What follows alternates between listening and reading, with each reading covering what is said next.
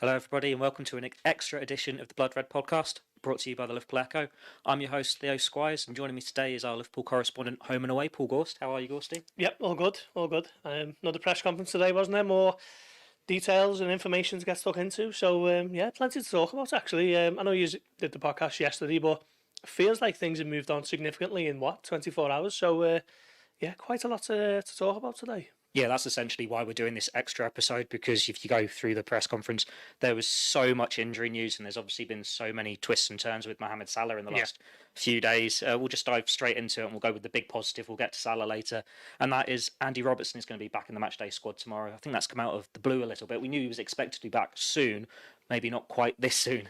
Yeah, I mean, all the kind of updates has always been towards the end of January, hasn't it? And now, whether you consider this to be the end of January or what, still 9 days left of January, is it, as we're recording? So, it's a big positive. I think it caught a few people on the hop when it was announced just before the press conference by the club's official site. Obviously, Pep Lijnders sat down with them and gave them a raft of injury updates, and the biggest one being that Robertson is back. So he's, I don't think he'll start. He'll obviously be in the squad. It'll be great just to see him back in the squad, won't it? You know, imagine a fit and firing Andy Robertson for the final 3 months of the Premier League season will be huge for Liverpool.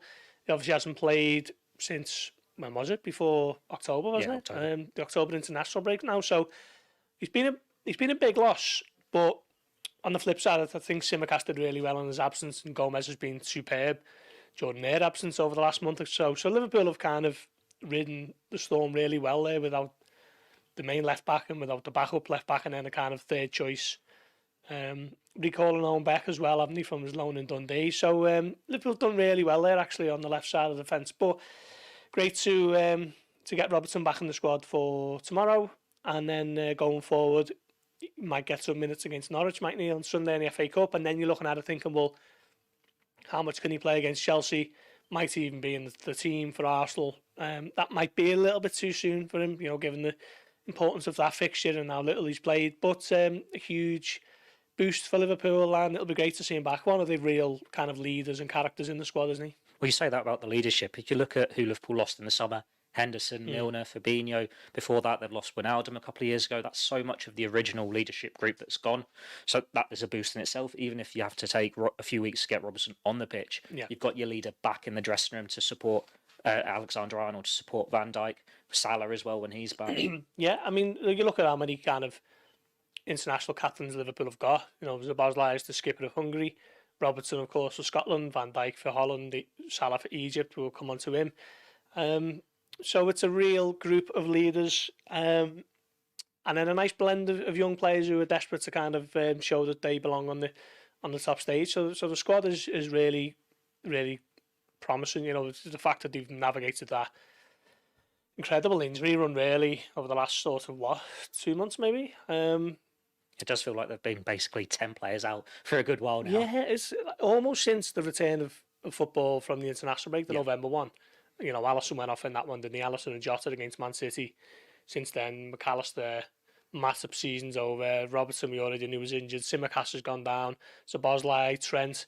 You know, Liverpool have had injuries left, right and centre, really. And the fact that they've been able to navigate it without losing a game, actually, is, I suppose they did lose against Union Saint-Gilloise in the Europa League, but that was pretty much a reserve team.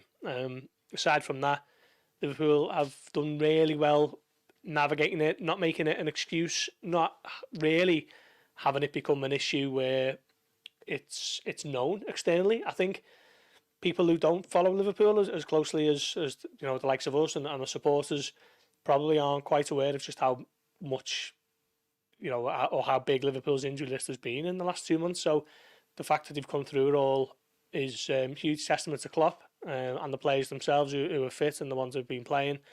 And now you're just looking at it thinking, are things starting to change on the injury front? You know, Szoboszlai and Kostas Tsimikas, there was an update on him as well, wasn't there? And we know Matip is out for the season, but you know, in the next couple of weeks, you're looking at it and you're thinking Liverpool might have as close to a full complement of players as they have done for months. And when you do get these players back from injury, there is a knock-on who's been doing well in their place. Like Joe Gomez, he's been superb at left-back. They've recalled Owen Beck. You may be thinking that he could start that game against Norwich on Sunday, but now is that one where you want to give Andy Robertson minutes? And then, well, his future, he's played for Liverpool, he's played for Dundee. Yeah. If you loan him out, you can only go back to Dundee, or is he just in the 21s for the rest of the season? You've got to keep everyone happy. It's going to be a different challenge for Jurgen Klopp second half of the season.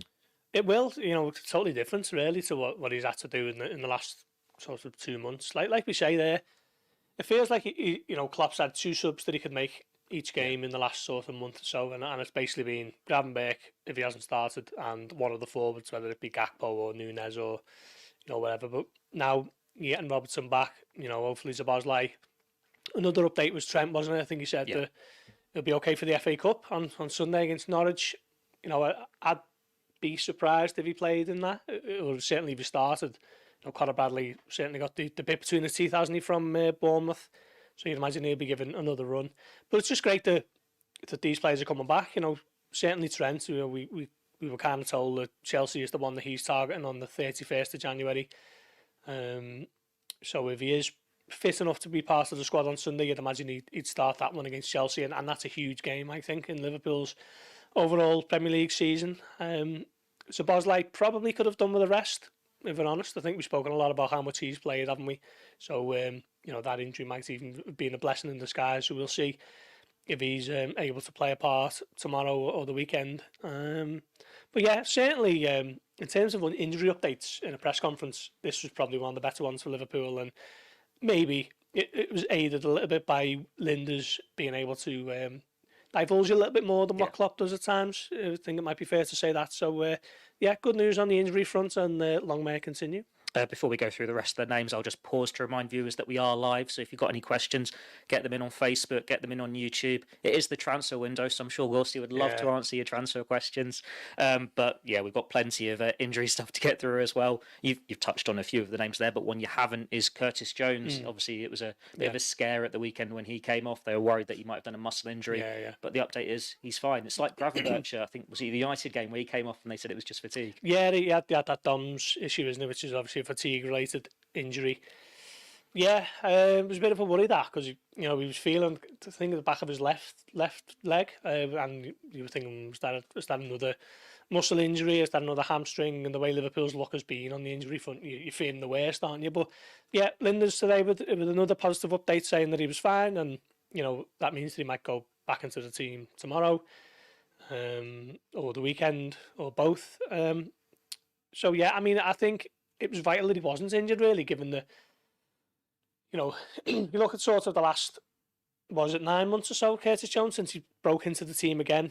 I think he's been superb, but he had the sending off, didn't he, against Tottenham, and then he had the injury when he come back, and hasn't quite been able to build up those levels that he was at towards the end of last season until about 3-4 weeks ago. And he's really starting to establish himself again as a real serious member of that midfield department. So it's great that he's cleared to play, and everywhere you look, really, the stars are starting to align, aren't they, on the injury front, and the physios and the fitness coaches and all of that probably deserve a massive pat on the back for getting everyone back. And you look at a couple of these injuries, Jones feeling something, Szoboszlai, it's because of the injuries elsewhere, and this is something Klopp's pointed out before, that when you've got players who are out, you have to rush them back, and then the ones who are playing, they pick up something because they're playing more. Like you're saying, the stars are aligning because you've got Szoboszlai who can be back potentially for the weekends. Same for Trent. If not, just get through Norwich. And you're looking at those 2 massive games against Chelsea and Arsenal that I think everyone's been picking out since the start of the season. When the fixtures came out, you always knew that was going to be a decisive point in January. Yeah, and I thought it was interesting from Lijnders today saying that, everyone is chipping in because they're still in all the competitions. So, if a player's not playing at the weekend in the Premier League, they're looking ahead thinking, well, there's a cup game on Wednesday, might be playing in that, put a little bit of extra effort in, go the extra mile and all that type of stuff. So everyone is kind of playing the part, and I think the way Klopp has kind of juggled things has been masterful, really, in the amount of subs who are making an impact when they come on. I think Liverpool have scored 30 goals from substitutes alone this season, which is a remarkable number, really. And it's testament to the overall quality of the squad. You look at someone like Conor Bradley, he was only making his Premier League debut on Sunday, but obviously he was excellent. I know you spoke about him on yesterday's pod, but just everywhere you look, there's no one who isn't really playing the part. And if you think in a few weeks' time when everyone is fit and ready for selection again, Klopp's going to have the kind of selection headaches that he loves to have. And then you just look maybe a little bit further down the line at the likes of Bajcetic and Thiago and thinking, might even they be ready to play a part in the last few weeks of the season, last couple of months maybe. So yeah, all round good news on the injury front, which is a bit of a rarity actually, but very welcome. Those are the updates we've had recently, aren't they? The fact that Thiago and Bajcetic, I think the aim was February for them. That's been put back a few times. We got one from Pep Lijnders as well on Kostas Tsimikas. I think when he first broke his collarbone, we're expecting that to be a few months, but it's now looking like he'll be back in training in 2-3 weeks' time. That squad is all coming together at the same time to the extent that you look at the injuries. Matip out for the season, Doak maybe April. Everyone else is going to be available, and then you do get that flashback to when they were going for 4 trophies 2 years ago, when it did all come together in February and they went really strong on that running. Yeah. And it's, like I say, it's you think of the way Klopp has been able to rest and rotate and juggle the options or make the kind of telling subs at the right time. You just wonder what Liverpool are able to do if they can do that with a full complement of players. I think Liverpool absolutely missed Diogo Jota last month against Arsenal and certainly against Manchester United because he was injured. If he was able to make that sub, might the Premier League table look a whole lot better than it already does. So you imagine if Klopp does have those changes to make in the coming weeks and months, then it bodes well, really. I look at the subs bench against Arsenal in the FA Cup, and I think it was 10 graduates or 10 kind of players who'd either come through the academy or are currently in the academy in the squad.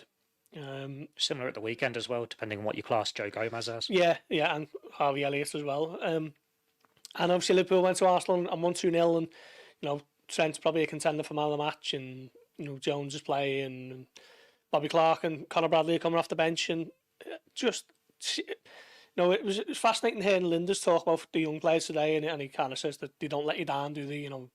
That's why they love young players, him and Klopp, because they don't let you down. Every time they get these opportunities, they're absolutely desperate to show that they can perform, and I think they've had an opportunity to because of the injuries, and there just seems to be a real good feel good factor around the whole club at the moment for me.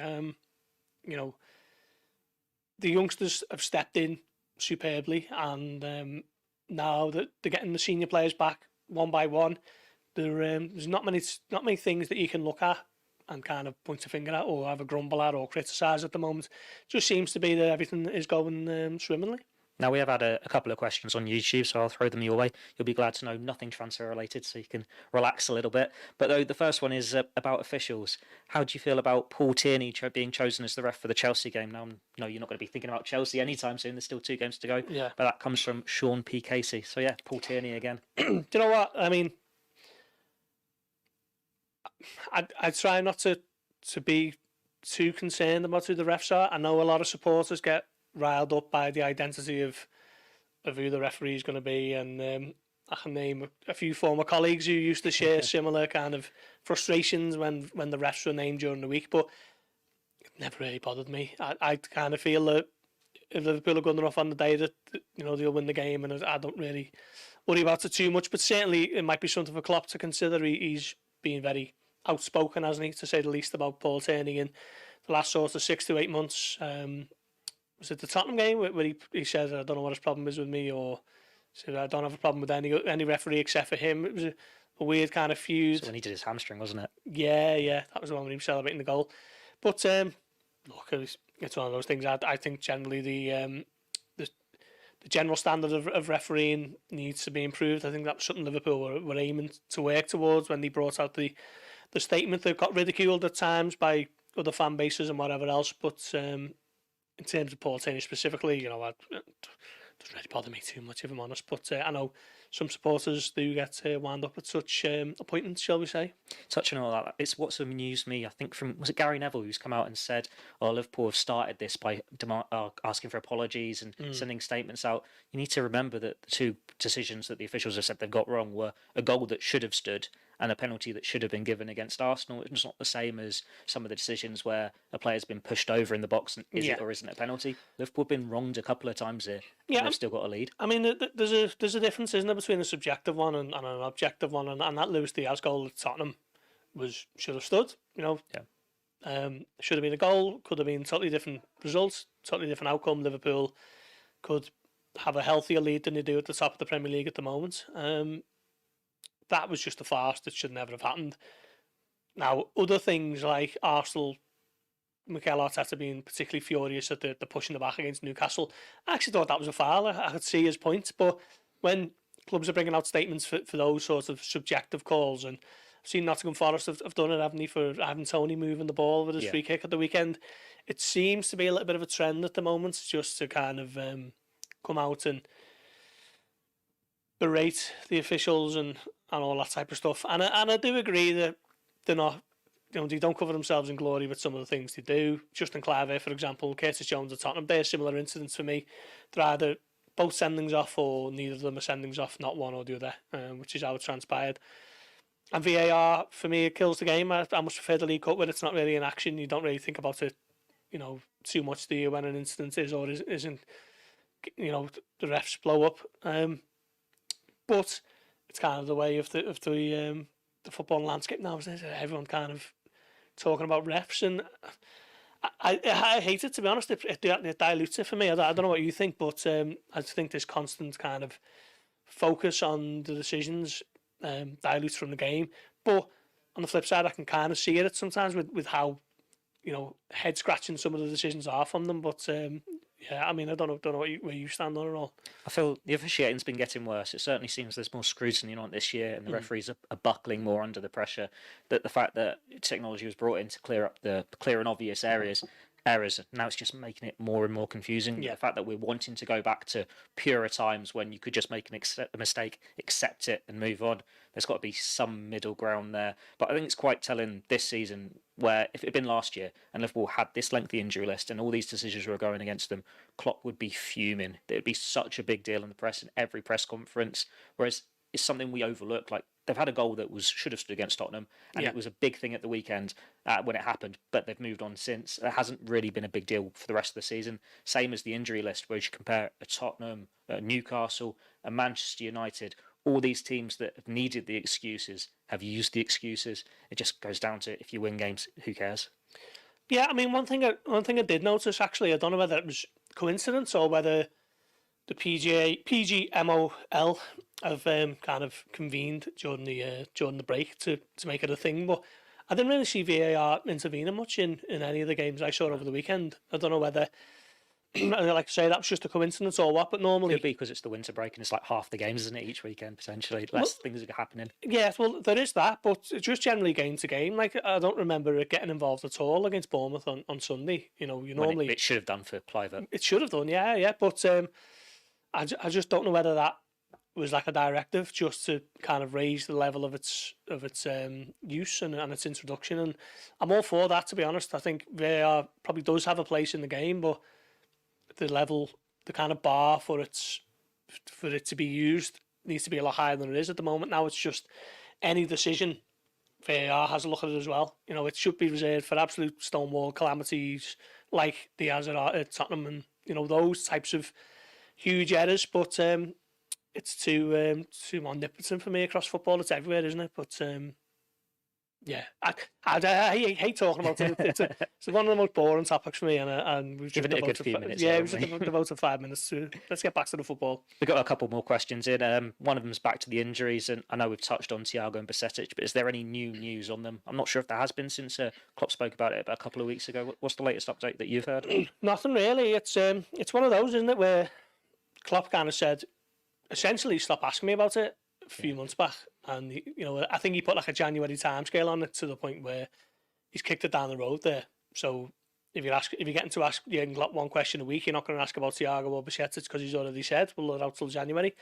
So nothing lately. I thought the fact that Lijnders hasn't provided an update today is probably telling enough that they're not yet near to comebacks, and we'll just await the latest developments. But it's a shame with Thiago because I thought he probably had a big role to play this season, and he hasn't kicked the ball, has he? And we're edging towards February, so that's quite sad, really. It's there's been no talk of him meeting with was it Fluminense or Flamengo? Yeah, the talk of that was dismissed over the weekend. Liverpool very much preparing for life with him, once he is back for the rest of the season, and then I guess we'll see. Probably expecting him to leave as a free agent, but certainly Liverpool not looking to move him on this month. Obviously, they're players at very different stages of the Liverpool careers, and you almost forget how young Bajcetic is because of the impact he had last year. But with Liverpool going for 4 competitions, there's almost an argument to just hold him back until pre-season. That's what they did with Joe Gomez when he did was it the knee injury when Klopp first came in? He didn't really come back again until 17-18. Yeah, that's a good point. Particularly with, the longer the season goes on, the more important each game becomes, doesn't it? And you'd be reluctant to throw someone in who probably hasn't played for the best part of a year by the time he's back. With his last game was Bournemouth, wasn't it, in March last year? So it's a long time out for such a young. But well, I know he kind of featured for 45 minutes in Lask. Yeah, and he's on the bench came on as a sub for the League Cup game at Leicester potentially, I think. Yeah. But that might be it. Yeah. So other than that, he really hasn't played much, has he? So yeah, there is a school of thought for that. Particularly given the rest of the midfielders are flying, aren't they, at the moment with McAllister, Jones, Endo. When he comes back, he was in a real good run of form, wasn't he? And we hope Szoboszlai kind of picks up speed when he comes back as well. So yeah, that's a good point. He's only 18, I think, still. No real need to rush him, and certainly someone who Liverpool are going to be able to count on for years to come. That question was from a Shane J, and the next one's from Nathan Quinn. I think you covered this one in the transfer diary earlier this week. Any truth about Mamadou Sonko rumours? Apparently Liverpool are interested in him. Is he the young Swedish winger? Yeah, he's playing for... I can't remember who he's playing for now. I only wrote that, didn't I? Have a little Google. Yeah, the sporting director got asked, and he basically said, it's going to be a big fee to prize him away, and that fee was around about £6 million. When it was translated across in the currency converter. BK Hacken, that's it, yeah. I mean, I haven't seen so much of him. I don't really know a whole lot about him, but he seems to be an emerging talent in Swedish football. Young striker, 18 years of age. Just got called up to the Swedish national team, actually, by the caretaker boss who had him with the 21. So certainly someone with a good future. But he was asked about Liverpool, and I think he laughed it off and said, well, if Jurgen Klopp is interested, I don't think he's going to call me directly. I think he's going to speak to my agent first. And he said his friends are Liverpool fans, and they've asked him to join them, and he's just kind of laughed it off. But other than that, not aware of anything imminent. Well, I don't think we can put it off any longer. Mohamed Salah side injured on the 18th, and there seems to have been a new update pretty much every day from this. He's going to miss 2 games, he's going to miss 3 games, he's going to miss 4. He's coming back to Liverpool. Egypt not being happy, the entire coaching staff not being happy, the entire nation not being happy. What have you made of this whole saga? I mean, it's a good job he doesn't get injured much, isn't it? Because this is the kind of fallout that you're getting from what is a relatively run-of-the-mill hamstring injury, back injury, however you want to refer to it. Has some conflicting reports on that alone. So he pulled up, didn't he, midway through the 2-2 draw with Ghana, went off. Bit of a precaution. He was on the sideline cheering him on and moving relatively freely from the clips that we've seen of him. Speaking to loads of people who were kind of based at AFCON and based in Egypt on the Friday morning, and the same thing kept coming back. They thought it was a back injury and it wasn't too serious. And someone actually said to me, had it been the Champions League final, he would have played on. So I think when Egypt officially updated later that night, I don't think it was too much of a surprise, was it, that it didn't seem to be too serious. They said he was going to miss 2 games, which would have been last night's draw with Cape Verde and then the last 16 game, whoever that's going to be against. But a second x-ray was undertaken yesterday, and now it's suggested he's going to be out for between 3 weeks and 4 weeks, which probably puts him around about Burnley, does it?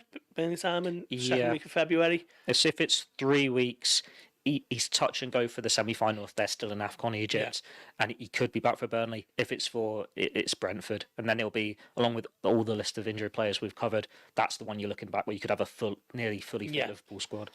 So it's Liverpool have agreed with Egypt to get him back to Merseyside. I mean, frankly, they think that their facilities and their fitness team and rehabilitation department and all that type of stuff is going to be better than what is available to Egypt in the Ivory Coast. I think they're moving to a city called San Pedro, and that was something that Egypt agreed with. To be fair, I think their team doctor has come out and said that today. Mohamed Abuela, he's agreed, and that's the schedule. Getting back to Liverpool, getting working with the rehabilitation staff there, and then if Egypt are still in the AFCON in a couple of weeks, get him back out there and see if he can contribute. But I think anyone who's seen Egypt in the AFCON probably knows that it might be a tall order for them to go all the way to the final. They haven't really performed at all. They only got through because of a calamitous error by was it the Ghana goalkeeper last night, who should have let it go off for a goal kick. He got a touch on it when he didn't need to. They conceded a corner. They conceded a goal from that corner, and Egypt have got through as a result, I believe. So I think we spoke on this pod a couple of weeks ago, didn't we, about what do we want Salah to do? Do we want him to win it? Do we want him to crash and burn and come home as early as possible? And I was of the belief that getting Salah to go on and win it might ultimately be beneficial to Liverpool for the coming weeks and months. But at the moment, I've kind of revised my stance on that, and I'm just thinking, if Egypt go out, just get him home, get him rehabbed and get him back in the team as soon as possible. But yeah, it's been a busy couple of days for him. He hasn't even played. They put him up in front of the media on Sunday, even though he wasn't involved in that game, which is a bit weird to begin with. He's not going to play that game, so why is he previewing it? And he didn't even get asked about his injury, really. So definitely no one asked about the injury stance beforehand from the press office. Must have been, yeah, because he didn't say too much about it at all. Is it one of the it's Egypt's most capped player, whose name escapes me? Oh, I know the one you mean. The reporter had a really bad go at him yesterday. Hassan, is it? Yeah, he basically said, even if he's got one leg, he should be staying with the team and stick it through because he's the captain. But the reality is Liverpool are getting him back. They're working with Egypt to get him as fit as quick as possible. And if Egypt are still in the AFCON, then they'll send him back out and see what he can do. But at the moment, that is a big if. I think one of the concerns that they might have had over in Egypt is Liverpool being a bit sneaky here, calling him back, thinking, we could maybe play him against Arsenal and then send him back. So obviously that is not allowed. If they even tried to do that, FIFA would come down on them and they'd ban him for a couple of games or something. Because we saw it with Joel Matip, didn't we, a few years ago, when he refused to call up for Cameroon and then he couldn't play for Liverpool for a month. But obviously there is a fractious relationship here between club and country. It is a proper traditional club and country row. You just need to look at the quotes from the Egypt manager last night. I'm not sure if you've seen them, but he's had a dig at Liverpool. He's had a dig at Salah's agent. He's basically had a dig at them, assuming that the medical staff they've got is going to be better than what Egypt have got. And so the only reason he's coming back is because they're going to be travelling all over the Ivory Coast. Yeah. At least if he comes back, he can just stay at Liverpool and do it all in one place. But yeah, it's been a very messy week on and off the pitch. Yeah, I mean, from Liverpool's perspective, that's exactly it, isn't it? Rather than having Salah move about across the Ivory Coast and various, medical departments or however they kind of rehab that injury, he'll be better off doing it at an all singing, all dancing, purpose-built facility like Liverpool's AXA Training Centre, and then get him on a private jet out to the Ivory Coast, in 3 weeks' time or whatever it is. But like I say, it's all ifs and buts at the moment, isn't it? Egypt have got to perform without their talisman, and we'll see if they're still in the mixer in a few weeks. And I don't know about you, but I have almost a relief for it that you now know how long he's going to be out for. Yeah. It's not as though you're preparing for Chelsea and Arsenal and you don't know if he's going to come back. Yeah. You can just put that to bed now. We're having to play these games without Mohamed Salah when you're looking for Burnley and Brentford, and it's not as though the players that are remaining have actually done badly without him. Yeah, and I don't kind of subscribe to this thing that it's just a coincidence as well that Salah's been injured as soon as he's left the Liverpool camp. They will have individually tailored programs for these players to keep them as fit and as firing as possible, and that's why he's never been injured for Liverpool. They've got it absolutely spot on. He's also very durable, clearly, isn't he? And he's able to play through. So it's not a coincidence that he plays a couple of games for Egypt in their kind of structure of however it works, and he's pulled up with a hamstring injury. Similar thing with Sturridge, wasn't it, all those years ago with England? No coincidence he got injured on England duty when Liverpool were very kind of gentle with how they approached his rehab and all that type of stuff, and it was never really the same after that injury in September 2014. But the players in his absence have delivered, haven't they, so far? Anyway, only been one Premier League game, but you want your Jotas and your Nunez's and the ilk to step up when Salah isn't there, and they scored 2 goals each and Liverpool win 4-0. So good start, and the chance to get to a cup final tomorrow night is a huge one, really, because I remember the impact that it had on the squad 2 years ago. But just getting there was huge, and then going on to win it just gives everyone a lift, and you're ready to kind of push on for the rest of the season. Then knowing that you're good enough to win trophies, and that could be a kind of huge, kind of unseen motivation for them, really. And obviously, you're travelling down to Fulham with Doyley tomorrow. How are you feeling about that game? Yeah, I mean, I agreed with Doyley yesterday on what he said on the pod. This is Fulham's first ever League Cup semi-final. Knowing they possibly could be playing Chelsea in the final, they'll know by tomorrow night, won't they? So, I think it'll be difficult. It will. Seeing them against the Arsenal a couple of weeks back, and he obviously won, didn't he? And that was a huge result for them in the 2 games that Liverpool have had with them this season at Anfield have both been really difficult. So, not expecting anything else other than that. But I think knowing that they're able to rest quite a few against Norwich at home on Sunday, they should be able to name a really strong side and just about get the job done. When we were picking our teams yesterday, it was with one eye on today's press conference and potential injury returns. I don't think anything that came out today changes what happened at all. Like Szoboszlai is not going to be back, and if it's just Robertson coming in, you're probably not going to start him. You give him 5 minutes at the end if needed. Yeah. But I'll give you a chance to pick your team if you want one. Yeah, I mean it's. I know we'll go with Kelleher, but you've had this debate before. Yeah, I mean I don't see any reason why the best goalkeeper in England shouldn't be playing, really. But Conor Bradley gets another chance, doesn't he? Gomez again. I think probably going to stick with. I think he might go with Kwanzaa actually, but I think I'd be playing Canate and Van Dijk, just a chance to build on that again. Yeah, when you got Norwich, you can do Kwanzaa and Beck for that one. Yeah, 100%. McAllister was sensational against Bournemouth, wasn't he? And I wouldn't be playing Jones. I think I'd kick Gravenberch and go with Harvey Elliott. And then my front 3 would be Diaz, Jota and Nunez. Very nice. Score prediction? I say, I think it's going to be tough. I'm going to go with score draw. Let's say 2-2, and then obviously Liverpool through to the final, where it's could quite possibly be Chelsea again, couldn't it, for the 3rd domestic final? As long as there's goals in it this time, if it is Chelsea. I can't remember the last time that game finished with a winner inside 90 minutes. That fixture. I'm just trying to think of goals now, and the last one was what? When they had the 2-2, was it before the last AFCON? That was the last time there were goals in this fixture? Yeah. So obviously the one at the start of the season. So the FA Cup final, the Carabao Cup final, the 2-2 draw at Stamford Bridge, the 0-0 draw at Anfield that season. Then you're going back season before that, and are we talking when Mason Mount? Yeah, Mason Mount behind closed doors, and then Liverpool at Stamford Bridge when Thiago made his debut, wasn't it? That was behind closed doors as well. And Liverpool beat them 5-3, was it? That was behind closed doors. Yeah. So the last fixture between Chelsea and Liverpool, that had a winner in front of fans. When Trent scored the free kick. September 2019. That's crazy. Yeah, that's going back a while. Obviously, much of this podcast, it has been about Mo Salah, so I'll take the opportunity to give another shout out to our standalone. Now, I got a slap on the wrists for not being enthusiastic enough about it last time I gave a little shout, so I'll try and be a bit more positive this time. It's obviously a really good read. Gorsty's done a lot of work on it, along with Doyley, and as opposed to being a pre-order last time, it is now out available in store.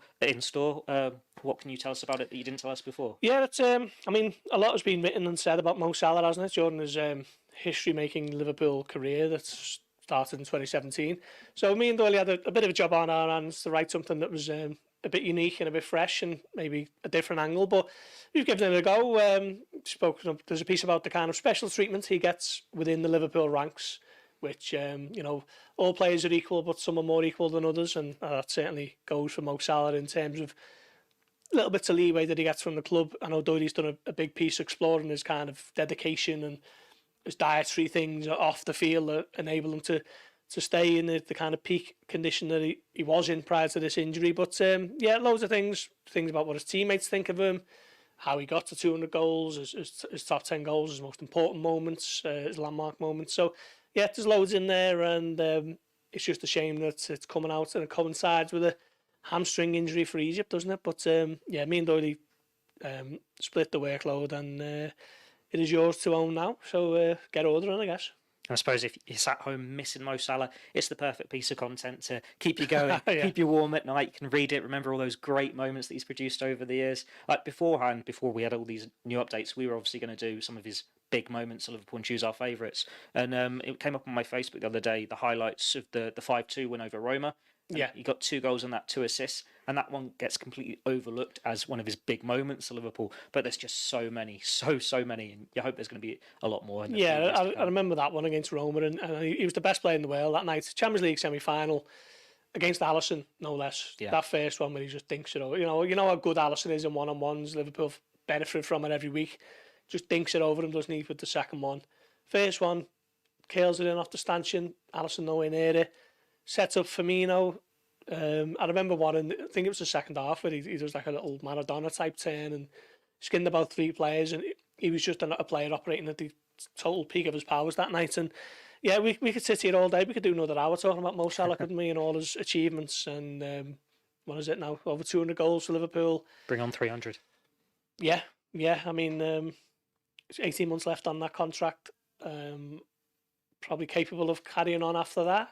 Could he get to 300? It's a possibility. That's just almost bringing us into another podcast if you're talking about that contract status with Jordan Henderson, it not going too well at Saudi Arabia. But we will leave it there.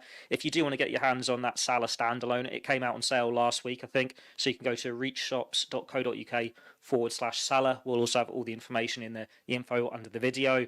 And I'm sure it'll be on the links on Spotify or whatever in the information on there as well. That's it for today. So join us again on Friday, where we'll be looking back at hopefully beating Fulham and reaching the League Cup final. Looking ahead to Norwich City in the FA Cup as Liverpool try and chase another quadruple. And I think you'll probably see Gorsty's face at some point tomorrow as well at Craven Cottage, building up to the game and reacting to it as well. Yeah. But yeah, stay tuned to the website, the YouTube channel, wherever you get your podcasts. You know what to do by now. You've been following us long enough. Thanks for listening. Thanks for watching. And until next time, goodbye.